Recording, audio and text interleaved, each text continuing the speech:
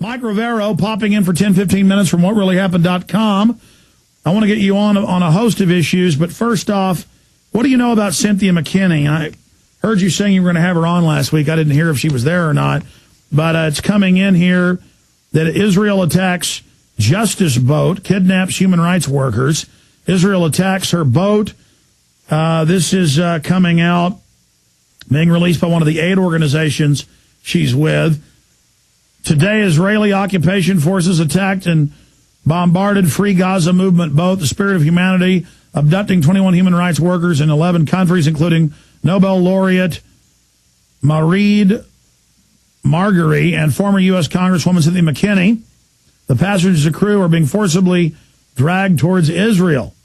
This is an outrageous violation of international law against us. Our boat was not in Israeli waters, and we were on a human rights mission to Gaza. Mike, why does Israel keep doing this? This is bad PR to ram the boat a few weeks ago and almost sink it, and then now to do this, and they're in international waters. I'm surprised they don't just pull a USS Liberty and torpedo it and then say the Easter Bunny did it. Yeah, it is a serious situation here. They were in international waters. They're actually in a port in Israel now. The ship has basically been hijacked by the Israeli Navy, and the people basically taken into custody, including 6 journalists and Cynthia McKinney and the aid workers. What makes this extremely serious is that, as you say, the initial contact between the Israeli Navy and the aid boat took place in international water, and the Israeli Navy was actively jamming their navigation systems, their GPS, their radar. It was very difficult to get any messages out because of all the jamming. They were reduced to trying to find where they were with a sextant and a compass.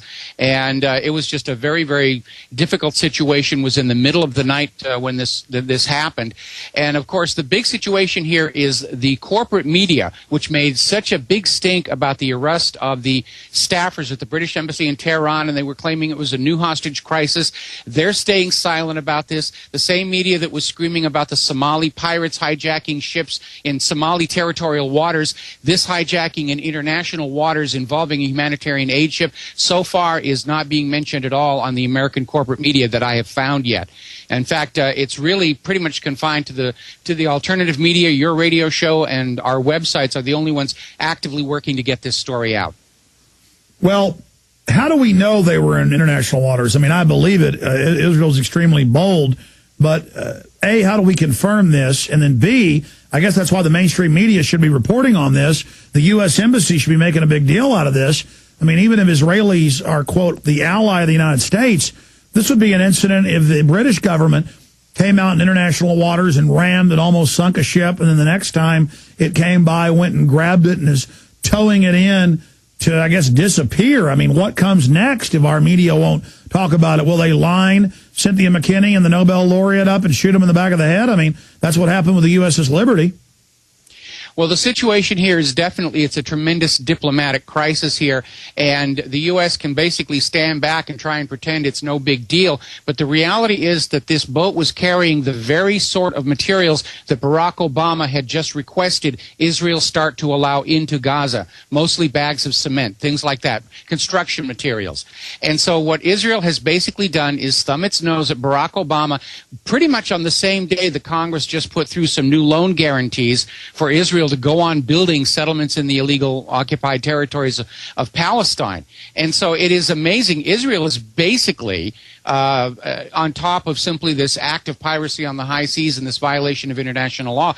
Israel is literally almost, it seems like, daring the United States to try and do something, or at least trying to show that the U.S. can't do anything, that the U.S. is going to be forced to go on spending money in Israel, and Israel is just going to do what it wants, whether it's building more settlements or seizing ships with former congresswomen on them.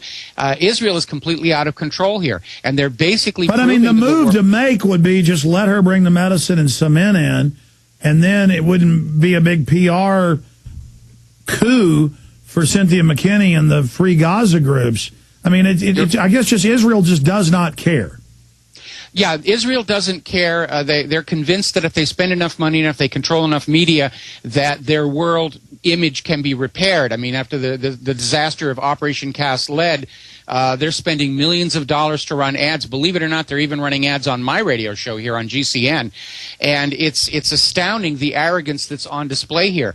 Because you're right, the world is seeing Israel is literally trying to enforce mass starvation on the people of Gaza. Hold on just a minute, Mike. Who's running ads on your show? Believe it or not, the Israeli Tourism Authority is running ads on my show.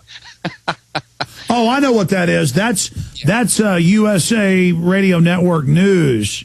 Yeah. They're not running ads on Genesis. That's news that stations request, and about the only news out there is Fox, ABC, and USA Radio News. Yeah, I've heard those ads. Man, that is just incredible, Mike. Well, I mean, it's just a disaster. And do we know what's going to happen to Cynthia McKinney, or are they going to waterboard her or let her go, or will the media even care?